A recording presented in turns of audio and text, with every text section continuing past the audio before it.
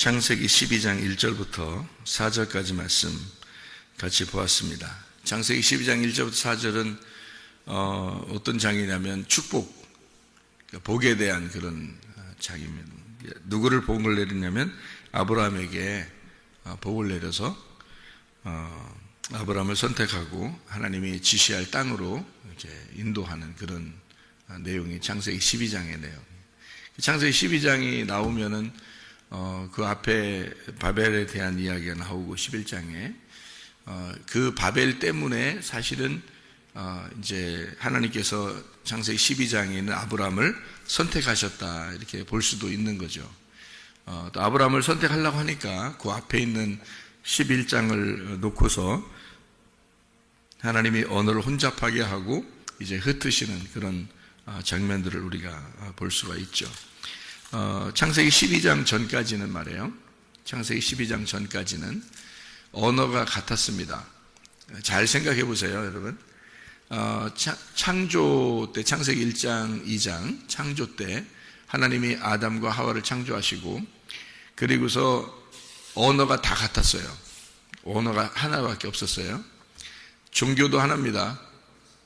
하나님만 믿는 거예요. 아무 종교가 없어요. 다른 종교가.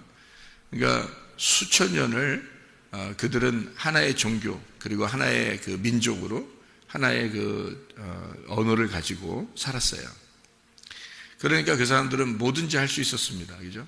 노아 홍수가 나서 다 멸망하고 난 다음에 그들이 다시 이제 노아 자손들로 인해서 이렇게 쭉 이제 흩어졌는데 그 사람들이 흩어져서 다시 모였어요. 이제 어제 용사들이 다시 뭉쳤다. 그래서 나가가지고 다시 뭉쳤거든요. 그게 이제 창세기 11장이에요. 다시 뭉쳐서 모였는데 왜 모였을까? 이 사람들이 뭐하러? 탑을 쌓으려고 모였어요. 탑은 어떤 탑이냐면 하나님 앞에까지 올라가지 않은 탑이었어요. 그걸 이제 바벨에 있는 이제 그 흩어졌다 해서 그 바벨이고 그 바벨에 있는 탑이라 해서 바벨탑이라 사람들이 그렇게 얘기를 하고요. 사실은 그 탑이 세워진 장소가 신할 땅입니다. 신할 땅. 그래서 신할 땅이라고 하면 여러분이 신할 땅이 어딘가, 근데 그게 어디냐면 바벨론이에요. 신할 땅이라는 장소가. 왜냐하면 다니엘서에 보면 신할 땅, 그곳이 바벨이라고 나오고 그 바벨론이 이제 다니엘서가 이제 바벨론 그 시대에 쓴 거죠. 그래서 바벨론 시대에 신할 땅에 있는 그게 바벨이었고요. 그게 바벨론이 되었습니다. 그러니까 바벨이라고 하는 바벨론은 바벨탑, 바벨론, 그리고 신할 땅, 뭐 이세벨, 음녀 같은 의미로 성경에 쓰여 있는 그런 단어예요. 그러니까 그게 여러분이 이제 이 성경을 이렇게 보면 요한계시록을 보면 음녀가 나오는데 음녀는 큰 성이라 그래요. 그 큰 성은 뭘 의미하는 거냐면 바벨탑에 대한 그런 얘기고요. 그 바벨탑에 대한 이야기가 옛 성전에 대한 이야기예요. 이게 요한계시록을 이제 요약할 수 있는 큰 이제 줄기인데요.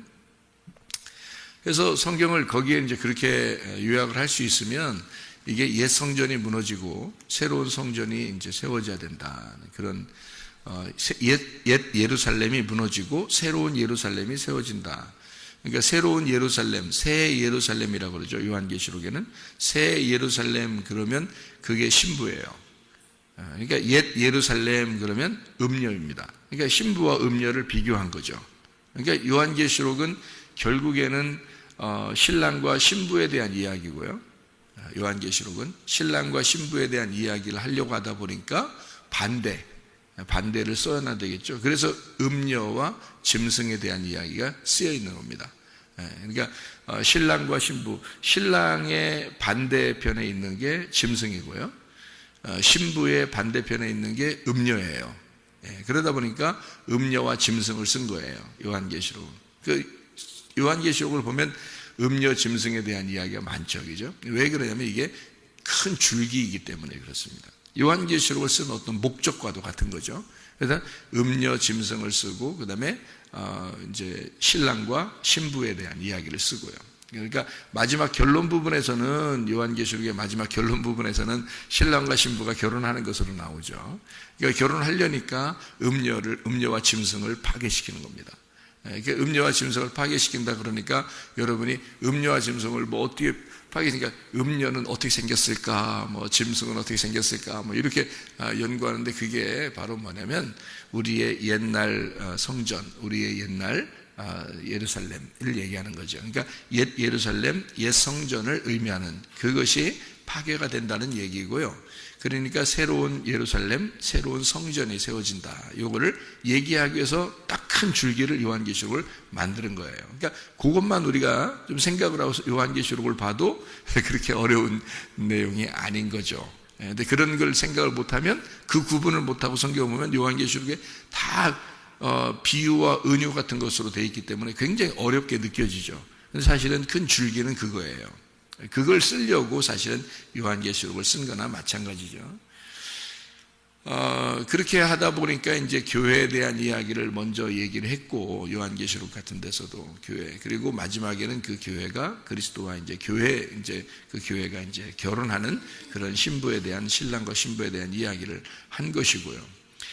그리고 이쪽 이제 그 앞에 부분에서는 짐승과 음녀를 멸망시켜야 되는데 그 짐승의 반대가 어린 양이죠. 그래서 마지막 신랑을 어린 양으로 놓은 거예요. 마지막에 어린 양. 그러니까 어린 양은 항상 짐승에게 비하면 죽임을 당하는 거죠. 죽임을 당하는 어린 양이 부활하신 어린 양이 되시니까 죽임 당하신 어린 양을 생각하는, 다시 말하면 우리의 자랑할 것은 십자가밖에 없다. 십자가에서 돌아가신 예수님, 그 십자가에 돌아가신 예수님이 영광의 면류관을 쓰신 분이다. 이렇게 되죠. 가시면류관 쓰고 돌아가신 분이 영광의 면류관이다. 그 가시면류관이 그런 얘기가 되는 거죠. 그래서 우리가 가시면류관이에요. 사실은 우리가 가시니까, 우리가 예수님을 찔러서 예수님 피나게 하고 우리가 가시가 됐는데, 근데 그 주님이 우리를 뒤집어 쓰고 죽으신 거죠. 우리를 뒤집어 쓰고 죽으셔서 우리를 그렇게 미워하고 가시를 미워하고 그러는 게 아니라 우리를 뒤집어 쓰시고 죽으셔서 우리를 자기의 영광의 면류관이라고 하는 거예요. 그러니까 우리가 주님의 영광의 면류관이 되는 거죠. 그냥 막 면류관이 되는 게 아니에요. 가시 면류관이 된 사람이 그거를 깨닫고 영광의 면류관이 되는 거예요. 그 영광의 면류관은 부활의 예수님을 말하는 겁니다. 영광의 면류관. 가시 면류관은 고통받으시고 죽으시는 예수님을 말하는 거고요. 그러니까 내가 그 주님의 죽음에 같이 동참한 사람은, 그러면 영광의 면류관, 부활의 예수님과 동참하게 된다, 이런 말이 되는 거예요. 이게 무슨 말인지 아시겠죠? 그래서 우리가 그리스도의 그 죽음에 동참하고 그리스도의 부활에 동참하게 되는 것은 그 죽음까지 동참하는 거예요. 그러면 부활의 면류관은 받는 거니까 같이. 그래서 가시 면류관이 된 사람이 영광의 면류관이 된다는 거예요. 무슨 말인지 이걸 아셔야 돼요. 왜냐하면 베드로가 그래서 3번을 부인하게 되는 거고요. 그것을 예수님이 자기가 십자가 못 박혀 죽기 전에 얘기를 하는 겁니다. 너는 나를 3번 부인할 거다. 이게 부인할 것 같은데 이런 말이 아니에요. 너는 부인해야만 한다, 이런 말이에요. 그러니까 너는 나를 3번 부인할 거야. 너는 3번 부인해야만 돼. 이제 이런 말이거든요. 그러니까 베드로는 난 도저히 그럴 것 같지 않은데 이렇게 말해도 주님은 네가 나를 3번 부인해야만 되는 거다. 그렇게 이야기를 하는 것은, 다시 말하면 3번을 부인한다는 것은 어때요? 이게 예수님하고 자기하고 분리를 시키는 거죠. 그죠?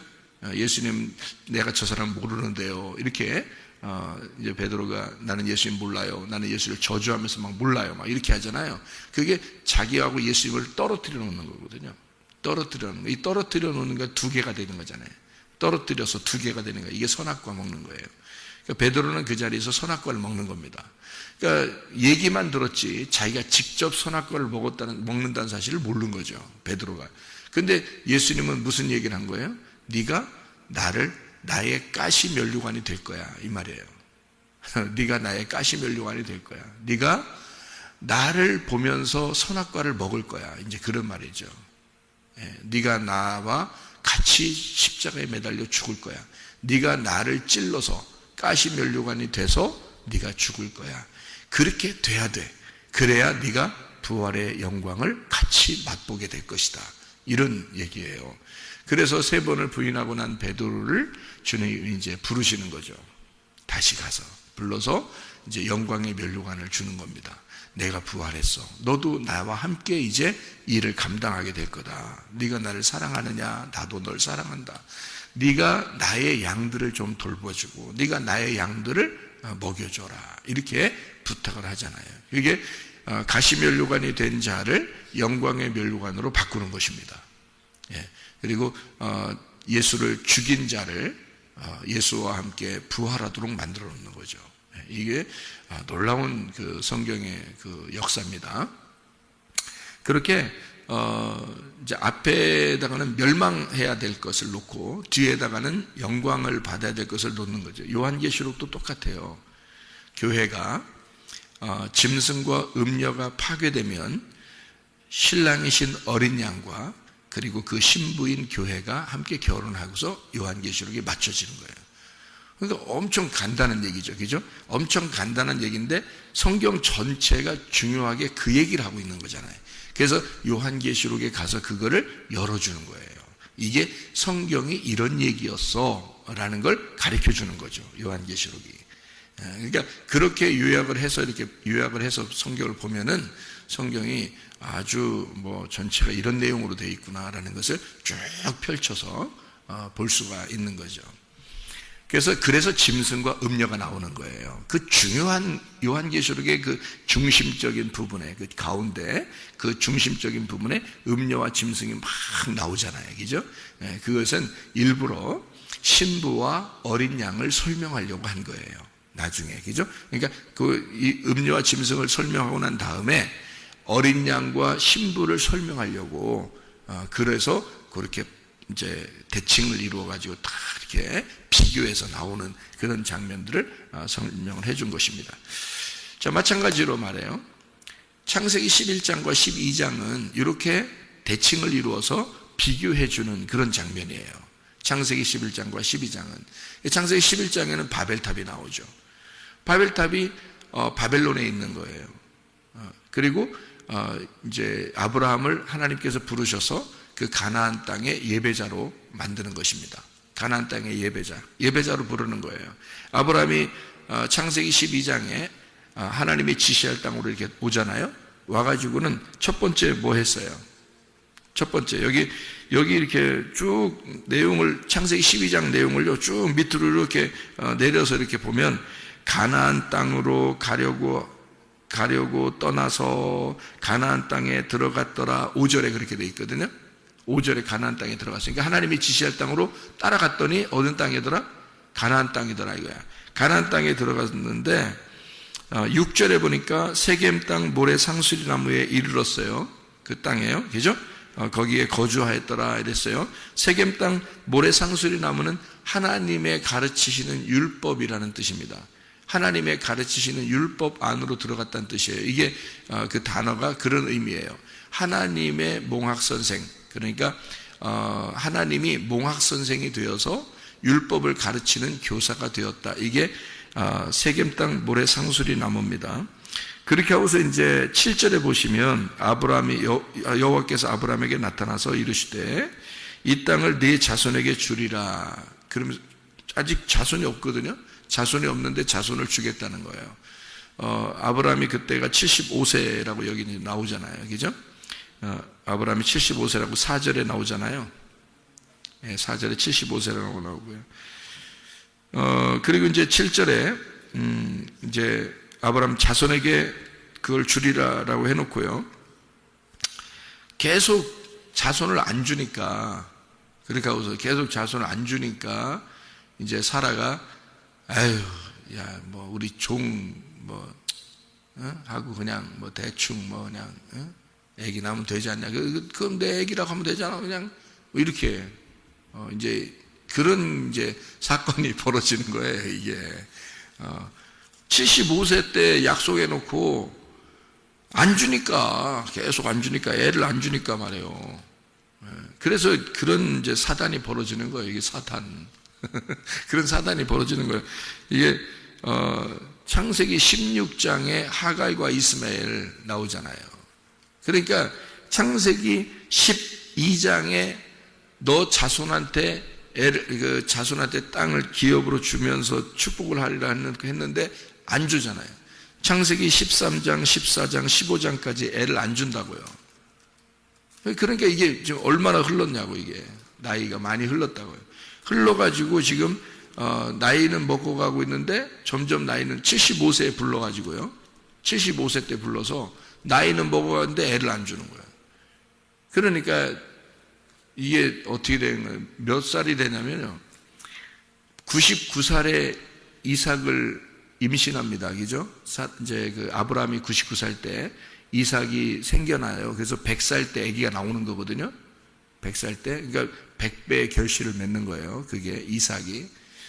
그러니까 이 아브라함이 99세 때 애를 이제 갖게 됐으니까 거기서부터 13년을 빼면 말이에요. 13년을 빼면, 그죠?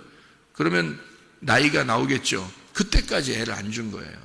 그러니까 아기를 75살에 준다고 얘기해 놓고 계속 안 준 거예요. 그리고서 하갈을 통해서 이스마엘을 낳아가지고 13년이 흘렀어요. 13이라는 숫자는요, 성경의 반항의 숫자예요. 반항. 그러니까 왜 그러냐면 12이 완성이거든요. 성경은 절체가 이게 그 규격이 딱 정해져 있다고 그랬죠. 숫자 같은 것도 규격이 정해져 있어요.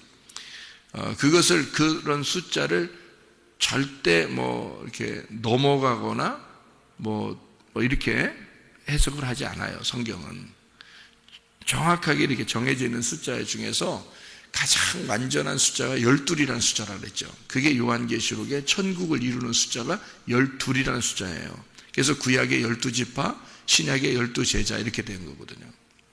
근데 12이라는 게 완성인데 거기다가 하나가 더해지면 13이 돼요. 하나가 더해지면. 그게 누가 더해지는 거예요? 12이 완성인데 완성하자, 이제 끝났다, 다 이루었다 그런데 아니 잠깐요, 내가 거기 좀 들어가야 되겠는데, 그래서 자기가 들어가면 13이 되는 거예요. 그러니까 이게 13이라는 게 반항이야. 하나님이 완성했다는데 네가 자꾸 굳이 네 생각을 집어넣겠다는 거잖아요. 그러니까 굳이 네 거를 갖다가 집어넣어서 더 해보겠다는 거 아니에요. 그래서 12에다가 너를 하나 더 하면 13이야. 그래서 그게 하갈 이스마엘 나오는 거예요. 그래서 13년 동안 하갈이 이스마엘을 낳고 13년 동안 안 나타나요. 아브라함한테. 하나님도. 그러니까 뭐 두고 보자 이런 의미는 아니고, 그런 말이 아니라 성경을 기록하기 위해서 그 숫자의 개념도 정확하게 맞추는 거예요. 그렇게. 그래서 13년 동안 아이를 낳고서 13년 동안 하나님이 안 나타나시고 그러죠. 여기에 그 창세기 16장에 16절을 보면 하갈이 아브라함에게 이스마엘을 낳았을 때에 아브라함이 86세였더라 그랬죠. 86세. 그러니까 75세에 부르고요. 그 다음에 10년 동안 아이를 안 줬어요. 그죠? 10년 동안 아이를 안 주고 86세에 아이를 준 거예요. 무슨 말인지 알겠어요? 예, 그러니까 왜 10년 동안 아이를 안 줬냐면 그 10년의 기간은 말씀이 내 속에서 잉태되는 기간이에요. 이렇게 말씀이 잉태가 되는 기간이라고. 그래서 10달 동안 아기들이 뱃속에 있는 거예요. 10달 동안. 그리고 10계명이 있는 거고요. 10개의 언약 이게 있는 거고요. 성경에 10개의 약속, 10개의 계명 이것이 있는 거고요. 우리 뱃속에도 10달 동안 말씀이 이제 잉태가 돼야 되는 거거든요. 그래서 75세에 부르시고, 사실 아브라함과 사라 입장에서는 굉장히 이게 답답한 게 한 거죠. 얘기해놓고 왜 자손을 축복한다 해놓고 왜 우리한테 아기를 안 주나? 이래서 답답한 거죠. 그 답답한 마음으로 있는 게 10년이 지난 거예요. 근데 하나님은 답답한 게 아니야. 그게 10년이 반드시 지나야 됐었거든요. 근데 자기들이 답답하니까, 이제 하갈을 통해서 이스마엘을 낳게 된 거예요. 그러면 이스마엘 나니까 아유 사람들이 그렇게 잘못하니까 하갈 이스마엘 나니까 그래 꼴 좋다 믿음의 조상이라 그러면서 그래 젊은 여자 주니까 얼른 주어가지고 이스마엘이나 낳고 또 이스마엘에게나 축복해 주십시오 하나님한테 그게 할 소리여 또 그렇게 얘기하고 잘났다 이렇게 우리가 얘기하면 안 되는 거예요. 여러분 같으면 안 하겠어요 그렇게? 하나님이 약속했는데 10년이 지났어요. 아닌가? 이러지 않겠어요? 이거 아닌가? 10년이 지났어요. 그리고 하갈을 통해서 이스마엘 낳았어요. 하나님이 안 나타나요. 그러면 몇 년을 안 나타난 거야? 생각을 해보세요. 10년이 지났으니까 10년 지나고 13년이 또 지났으니까 23년이라고 해요. 그래서 이제 아기 임신하는 기간까지 해서 하면 24년, 25년이 된단 말이에요. 그러면 그 기간 동안 하나님이 아기에 대한 약속을 안 한단 말이에요. 75살에 약속해 놓고 75살에 분명히 약속했어요. 75살에 가나안 땅에 들어오게 됐고요. 네 자손에게 이 땅을 주리라라고 얘기했어요. 그래 놓고서 아기를 안 주고서 23년, 24년, 25년이 지났다고요. 그러니까 이건 답답할 만도 하단 말이에요. 그렇지만 하나님 입장에서는 그게 약속이니까 생각을 해보세요. 75살에 약속을 했지만 하나님의 마음에는 몇 살에 주기로 약속한 거 생각하고 있는 거예요. 100살에 주기로 약속하는 거예요. 왜 100살에 주기로 하나님은 계획을 하고 계시냐면 성경의 100배의 축복이기 때문에 그래요. 아브라함이 100배의 축복을 받아야 되기 때문에 아브라함을 믿음의 조상으로 불러야 되기 때문에 그런 거예요. 하나님의 계획인 거죠. 아브라함을 하나님의 계획에 의해서 100배의 축복을 주기로, 그러니까 이 사람은 내가 선택한 100배의 축복을 주기로 선택한 사람이야. 그러니까 100배의 결실을 맺어야 돼. 그러니까 몇 살에 아기가 나와야 되면 100살에 나와야 돼 라고 하나님이 결정해 놓고 있었단 말이야. 결정해 놓고. 근데 그 앞에 자발 없이 하갈을 통해서 이스마엘을 낳았다고 우리가 볼 때는 믿음의 조상이 꼴 좋다 이렇게 말할 수 없는 게 왜 그러냐면 성경은 다 규격을 울타리를 딱 쳐놓고 성경을 써놓기 때문에요. 이게 예사롭게 일어나는 일은 하나도 없습니다. 성경이요. 그러니까 아브라함이라는 사람 그 속에서 나온 아이가 둘이 있어야 되는데, 대표적으로 둘이 있어야 되는데 이스마엘과 이삭이 돼야 되는 거예요. 하나는 장자, 하나는 차자가 돼야 되는 거예요. 그래서 이거를 첫째 아담과 둘째 아담이 돼야 되는 거죠. 그러니까 아브람이 이삭을 낳기 전에는 아브람이란 말이에요. 아브람, 자기 혼자 왕이란 말이에요. 자기 혼자 왕이야. 근데 이삭을 낳고 난 다음에는요, 아브라함이 되는 거예요. 아브라함은 민족의 아버지가 되는 거죠. 그러니까 믿음의 조상이 되는 거예요. 그러니까 이게 완전히 전환되는 그거죠. 그러니까 이스마엘을 낳을 때도 하나님이 그냥 두는 거예요. 이스마엘 낳을 때도 그냥 둬. 그리고서 13년, 이것은 너에 의해서, 그러니까 첫째 아담이 스스로 선악과를 먹은 거야. 첫째 아담이 스스로 선악과를 먹은 거잖아요. 하나님 먹으라고 해서 그런 게 아니잖아요. 스스로 먹은 거잖아요. 그거를 스스로 사라를 통해서 하갈을 맞이하고 그리고 이스마엘이라는 열매를 먹어버린 거잖아요. 이게. 그러니까 이게 아브라함이 사라를 통해서 이스마엘 하갈을 받아들이고 이스마엘을 낳았다라고 하는 게 뭐를 얘기하려고 한 거예요? 그러니까 선악과를 얘기하려고 했던 거예요. 그래서 선악과를 얘기하려고 했기 때문에 갈라디아서 4장에 하갈과 사라에 대한 이야기가 나오는 거고요, 이스마엘과 이삭에 대한 이야기가 나오는 거예요. 그게 하나는 율법에 대한 이야기를 하고 하나는 은혜, 복음에 대한 이야기가 나오는 거죠. 이거를 갈라디아서 4장에 바울이 정확하게 구분을 해놓은 거예요. 어떻게 알았기 때문에? 지혜로 이걸 깨달은 거죠. 조상들이 아브라함이 왜 이스마엘을 낳을 수밖에 없었는지, 그리고 사라를 통해서 이삭을 왜 낳을 수밖에 없었는지를 그거를 딱 구분해낸 거예요. 이게 율법과 은혜에 대한 이야기였다라고 하는 것을 바울이 해석해낸 겁니다. 그게 갈라디아서 4장이에요. 그러니까 우리의 진짜 자유한 어머니는 사라이다. 종된 여자에게서 나온 자가 이스마엘이다. 그래서 율법, 그리고 자유한 자를 통해서 나온 이삭, 우리에게 은혜가 되시는 복음, 예수님을 의미하는 것이다 라고 설명을 한 거예요. 그것을 그러니까 일부러 아브라함이 13년 동안 하나님이 나타나지 않는 하갈을 통해서 이스마엘을 낳았을 때 너는 나에게 반항한 거야. 너는 나에게 반기를 든 거야. 네가 나를 침범한 거야. 그게 뭐냐면 선악과잖아요. 선악과. 그거를 아브라함이 이 사례를 통해서 이걸 선악과를 먹어버린 거죠. 그게 이 선악과가 하갈이었던 거고 이스마엘이었던 겁니다. 그죠? 그래서 그게 율법이라는 거예요. 율법. 그냥 뭐 선악과 그러면 괜히 율법 뭐 무슨 공식처럼 무슨 얘기하는 것처럼 그냥 얘기하는 줄 알지만 그렇지 않아요. 성경은 다 정해져 있기 때문에 그런 거고요. 그게 바울도 그렇게 해석을 했단 말이에요. 그러니까 그런 탐욕이죠. 탐욕, 아브라함의 탐욕, 사례의 그 탐욕. 그러니까 아기를 가져야만 하는데 라는 자기들이 결정했던 그 아기, 그게 이제 이스마엘이었던 거죠.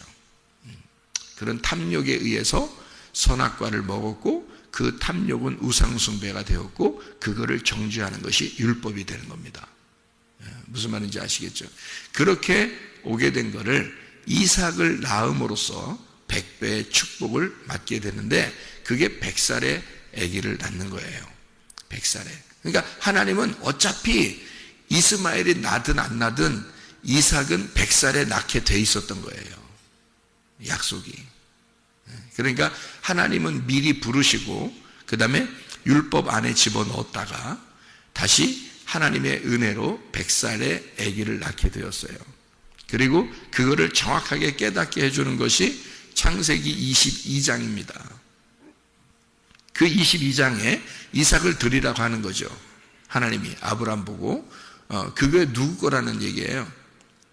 자기의 아들이라는 겁니다. 그러니까 아브라함이 낳았지만 결국 하나님은 자기 아들로 선포하는 겁니다. 그날 네 아들이 아니고 내 아들이야. 이거는 그러니까 네 아들은 쫓겨났어. 이스마엘 쫓겨났어. 그리고 내 아들을 네가 키우게 될 거다. 내 아들을. 그래서 그날 자기 아들이라는 걸 선포하는 날이에요. 이삭을. 네가 낳았지만 그게 누구를 낳은 거냐면 내 아들 예수를 낳은 거야. 그게 이제 하나님의 그 선포예요. 그날 아브라함하고 완전히 끊어놓고 자기의 아들을 이삭이라는 자기의 아들을 아브라함에게 다시 안겨주는 거죠. 참 놀라운 장면이죠. 그리고서 이제 아브라함의 사역은 끝나는 거예요. 그렇게 하고서 그 다음에 바로 이어서 이삭이라는 사역이 나오는 겁니다. 이제 아브라함을 이어서 믿음의 조상이 이삭이 되는 거죠. 그리고 아브라함이 이삭으로 이제 믿음의 조상이 연결되고 그리고 난 다음에 이삭이 바로 야곱에게 또 넘겨주는 거죠. 야곱에 넘겨줘서 그 야곱에게 넘겨준 그 믿음의 조상 야곱이 이스라엘이 되는 겁니다. 이스라엘. 그래서 모든 사람들이 다 하나님의 백성 이스라엘이 되도록 만드는 그게 이제 하나님의 왕자들을 만드는 거죠. 그게 성경의 이 창세기의 역사예요. 창세기 역사. 그러니까 창세기의 역사의 가장 그 포인트, 그 전환점을 가져온 게 창세기 12장인 거죠. 12장. 그 앞에까지는 어떻게 했다고요? 족속이 하나고, 언어도 하나고, 민족도 이게 다 하나예요. 한 민족이에요. 자기 백성들 한 민족이고요. 그리고 하나의 언어를 가지고 있어요. 종교도 하나예요. 하나님만 오직 믿는 거예요. 다른 종교라는 게 없어요. 오직 하나님만 믿는 건데요. 근데 진짜 하나님을 믿는 게 뭐냐라는 것을 12장에서 가르쳐 주는 거예요. 11장까지 그러니까 뭐 어떻게 했다는 거예요? 가짜 믿었다는 얘기예요. 하나님을 믿긴 믿는데 막연히 하나님을 믿었다는 얘기예요. 여러분 교회 나와서요, 둘 중에 하나입니다. 교회 나오면 둘 중에 하나로 하나님을 믿어요. 여러분이 막연히 성경도 제대로 모르고 막연히 그냥 하나님을 믿는다고 찾아가는 사람들이 있어요. 그게 바벨탑의 예배입니다. 근데 분명하게 하나님이 나를 부르시고 하나님이 내게 말씀하셔서 가슴으로 하나님을 만난 사람이 하나님의 섬기심으로 하나님을 믿는 사람이 있어요. 그 사람이 창세기 12장이에요. 그러니까 창세기 11장으로 믿는 사람이 있고요, 창세기 12장으로 믿는 사람이 있단 말이에요. 그러니까 완전히 다른 거죠. 이게 믿음 자체가 반대예요. 그거를 구분을 정확하게, 바울이라는 사람은 이게 헬라 지식을 가지고 있기 때문에요, 이게 선악으로 딱 구분합니다. 그래서 바울이 정확하게 구분해내는 거예요. 한쪽은 율법이고 한쪽은 복음인데, 이 율법은 죄와 사망의 법이다. 이것은 우리를 죽이는 거다. 오라 나는 곤고한 자로다. 이 사망의 법에서 누가 나를 건져내겠느냐. 이 율법을 말하는 거예요. 그리고 거기서 건져내신 그리스도가 나의 주인이 되셨다. 이걸 고백하는 거고요. 그게 생명의 성령의 법이다. 나는 그 안에서 자유할 것이다. 이런 얘기예요. 그러니까 이걸 정확하게 구분해낸 사람, 헬라 철학을 가지고 있기 때문에 그래요. 바울이 헬라 철학을, 그리스 철학을 가지고 있는 사람이고 많이 배운 사람이니까 이게 탁탁 구분이 되는 겁니다. 그래서 구약을 완전히 선과 악으로, 그러니까 이걸 율법과 은혜로 정확하게 딱 구분해 버린 거죠. 그래서 딱 나누어 버렸어요. 그게 이제 바울인데요. 우리가 이것을 나누면서 이것은 우리한테 이 성경이 오면서요, 그 과도기죠. 신약을 쓰는 과도기인데 바울이 그때 성경을 쓰는 과정이니까. 근데 우리는 이걸 다 구약과 신약을 다 이제 보는 거죠, 우리가. 그죠? 구약과 신약, 바울 시대만 해도 신약이 없었어요. 완전히 완성되지 않았고 구약만 있었거든요. 그래서 이 사람은 구약을 갖다가 해석을 하면서 편지를 쓴 거예요. 근데 그걸 이제 나중에 사람들이 이걸 모집을 해서 구약과 신약으로 이렇게 모집을 해놓은 책이 이거죠. 이게 성경책이 된 거죠. 지금 우리들의 성경책. 그러니까 우리는 구약과 신약을 딱 나누어서 다 볼 수 있는 거예요. 근데 나누어서 보니까 어때요? 이건 나쁜 놈, 이건 좋은 놈 이렇게 나오지 않았다는 말이죠. 성경을 다 완성을 시켜서 보니까 이게 하나님의 사랑이었더라는 거죠. 이게 하나님의 사랑이었구나. 아하, 이 모든 말씀은 사랑으로 완성되는구나. 이게 결국에는 하나님이 구약의 하나님이 결국에 신약의 하나님으로 우리에게 완성시켜서 우리를 사랑하고자 하는 것이었구나. 우리에게 사랑하시는 하나님이구나라는 걸 깨닫게 되는 거죠. 그래서 성경을 제가 선악의 나무로 볼 것이냐 아니면 생명나무로 볼 것이냐, 그래서 선악의 나무가 시작됐으면 생명나무로 완성이 돼야 된다, 이렇게 얘기하는 이유가 바로 그래서 그런 겁니다. 그러니까 성경은 그렇게 다 완성이 된 상태에서 보는 거하고 그냥 하나하나 그 안에서 이렇게 보는 거하고는 좀 달라요. 그래서 완성되고서 이렇게 보면은 이게 딱 구분이 된단 말이죠. 그래서 창세기 11장과 12장은 사실은 이렇게 연결되어 있는데 이것이 나누어져 있어요. 그런데 연결되어 있어요. 이게 왜 그러냐면 예배 문제입니다. 예배요. 그래서 예배를 어떻게 드리느냐 하면 사람들이 성을 바벨탑을 쌓을 때요, 성을 쌓고서 그 다음에 탑을 이렇게 세워요. 그 탑을 세우는 게 뭐라겠어요? 예배라고 그랬죠. 예배. 하나님께 가까이 가려고, 하나님께까지 가려고 예배 드리는 겁니다. 그게 탑이에요. 모든 탑들이 그렇게 세워졌다 그랬죠. 그러니까 성을 먼저 쌓고, 성이 뭐예요? 자기들이 살아야 될 거냐. 자기들이 살아야 될 것을 쌓고 그 다음에 쭉 탑을 올리는 겁니다. 그 안에. 그죠? 그러니까 예배를 드리는 거죠. 그런데 아브라함을 부를 때요, 창세기 12장을 한번 봐봐요. 창세기 12장을 보면은 여기에 하나님이 아브라함을 불러가지고 가나안 땅에 집어넣습니다. 그리고 난 다음에 이제 거기다 7절에 보니까 어떻게 돼 있다고 했냐면 네 자손에게 주리라 얘기해 놓고요. 그러면서 그곳에서 뭘 쌓았어요? 제단을 쌓았어요. 자, 여기까지 집이 있어요, 없어요? 집이 없어요. 뭐부터 쌓았다는 얘기예요? 예배부터 드렸다는 얘기야. 그러니까 집이 먼저가 아니고 예배가 먼저였던 거죠. 무슨 말인지 알아요? 이게 완전 반대잖아요. 창세기 11장에 바벨탑을 쌓을 때는 성을 먼저 쌉니다. 그 다음에 거기다 탑을 세우는 거거든요. 탑이 예배예요. 그런데 12장에는 예배를 먼저 드려요. 예배를. 그리고 장막을 칩니다. 이게 창세기 12장의 7절, 8절 이게 아주 특징이에요.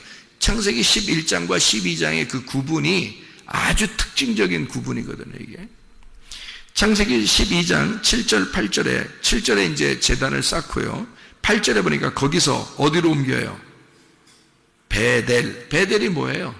베델이 하나님의 집이잖아요. 하나님의 집 베델. 거기서 야곱이 하나님 만나잖아요. 베델에서. 이해가 돼요?